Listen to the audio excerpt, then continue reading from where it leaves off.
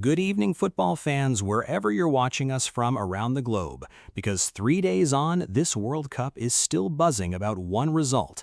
Argentina 3, Egypt 2, in what will go down as one of the wildest round of 16 nights this tournament has produced.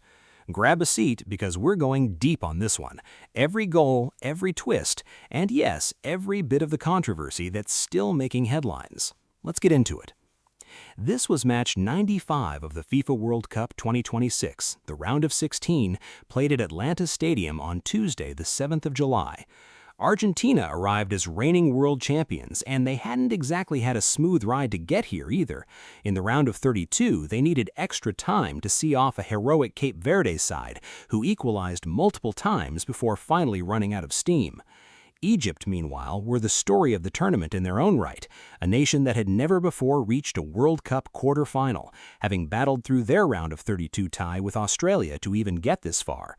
So this wasn't some routine last 16 mismatch on paper. This was two teams who'd already been tested, walking into what would become an instant classic. And from the opening exchanges, Egypt made it very clear they hadn't read the script that had them as heavy underdogs. Just 15 minutes in, Marwan Attia swung in a corner, and Yasser Ibrahim, a center back, not a striker, rose highest and powered a header past Emiliano Martinez. Atlanta Stadium, packed with Argentina supporters, fell into stunned silence. Only Egypt's second goal at this level from a set piece all tournament, and suddenly the Pharaohs believed they belonged. Argentina responded almost immediately with a golden chance to level things. In the 21st minute, Nicolas Tagliafico burst onto a through ball inside the box and was upended by Haitham Hassan, who barely seemed to notice the Argentine defender arriving. Penalty, no question. Lionel Messi, this tournament's joint top scorer alongside Kylian Mbappe heading into the match, stepped up. And this is where the afternoon turned genuinely dramatic. Mostafa Choubert dove low and turned it away. Messi's second missed penalty of this entire World Cup. And Choubert wasn't done. Before the half was out, he'd also produced brilliant stops to deny both Alexis McAllister and Julian Alvarez, standing completely on his head to protect that one-goal cushion. Argentina went in at the break trailing for the first time all tournament. Now here's the moment that lit the fuse for everything that followed. Just before the hour mark, Haitham Hassan went on a driving run down the right, squared the ball across to Mohamed Salah, and Salah rolled it into the path of Mostafa Zico, who finished confidently. 2-0 Egypt, bedlam in the away end, and then the wait. VAR stepped in, reviewed the build-up, and ruled out the goal for an earlier foul on Lisandro Martinez.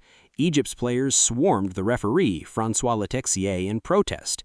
It didn't stay ruled out for long in terms of the story, though. Zico got his goal for real in the 67th minute anyway, finishing off more brilliant work from Hassan on the right flank, and Egypt were now genuinely, definitively 2 goals clear with barely 25 minutes to go. One of the great World Cup shocks looked to be on.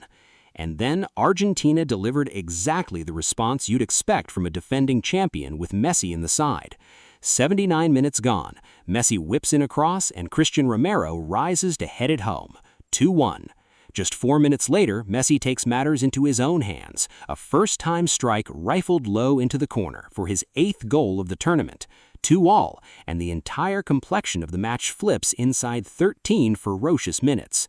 Egypt were now hanging on for dear life, and deep into second-half stoppage time, Enzo Fernandez, assisted by Lisandro Martinez, drove home the winner, 90 plus 2 minutes. 3-2 Argentina, and an absolutely stunning turnaround completed. Let's run through the numbers because they tell you just how one-sided this actually was for long stretches, territorially at least. Argentina finished with 57% possession to Egypt's 34, 19 shots to just 5 for Egypt, 7 on target compared to 2. Expected goals had Argentina at 2.8, Egypt at under 1.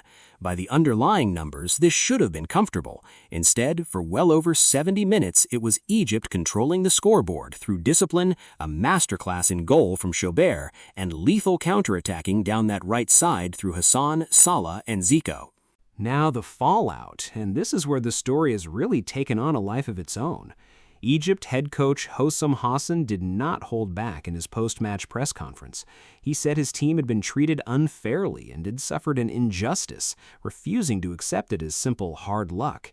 He went further, suggesting there may have been pressure applied on the officials to protect the tournament's biggest star, and questioned why sport couldn't offer the fairness that ordinary life often lacks. Mustafa Zico, the man whose goal was chalked off, also used the word rigged when speaking to reporters afterward. It was raw, emotional, and it's dominated headlines from Al Jazeera to Sky Sports to ESPN ever since. Argentina's own coach, Lionel Scaloni, saw it rather differently. He pointed out that his side created 3 or 4 clear first-half chances beyond just the missed penalty, and argued that had Argentina taken an early lead themselves, nobody would be questioning the eventual outcome. Instead, Egypt got 2 goals ahead, got comfortable, and Argentina simply kept pushing until the door opened. Egypt didn't stop at press conference comments either. The Egyptian Football Association has since filed a formal complaint with FIFA, accusing the officiating team of double standards and calling for their removal from the tournament. It's been described by outlets like France 24 as their claims going viral, with fans across the world debating whether that Zico goal deserved to stand, and whether Argentina's own late goals would have survived the same scrutiny. FIFA's chief refereeing officer, Pierluigi Collina, has publicly defended the officiating team, warning that these bias allegations create real danger, including threats directed at referees and their families. It's a genuinely rare moment of open conflict between a federation and FIFA's officiating leadership, playing out in real time in the middle of a World Cup. Away from the noise, though, let's give credit where it's due, because individually, this match was full of standout performances. Messi was involved in everything down the stretch, the cross for Romero, the finish for his own goal, continuing to add to his World Cup legacy even after that costly penalty miss. Christian Romero arriving with the perfect header at the perfect moment, Enzo Fernandez ice cold with the winner in the biggest moment of his tournament so far. On the Egyptian side, Mustafa Shobair was for large parts of this match the single best player on the pitch. 3 outstanding saves in the first half alone kept Egypt's dream alive. Yasser Ibrahim, the defender, popping up with a crucial opening goal, and Mohamed Salah, even in defeat, still pulling strings, still the heartbeat of every Egyptian attack. So, where does all of this leave the tournament? Argentina march on to the quarterfinals, their title defense alive but visibly rattled. This was the first time all competition they'd trailed in a match, and they needed everything they had to survive it.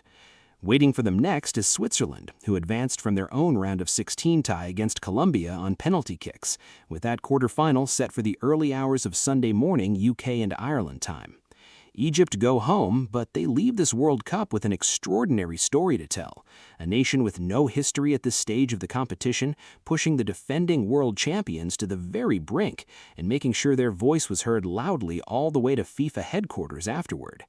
That is the complete picture from Atlanta, the goals, the saves, the controversy, and the fallout that is still shaping conversations around this entire World Cup. Whatever happens from here, this tournament has already given us one of its all-time unforgettable nights. Stay with us, much more coverage still to come.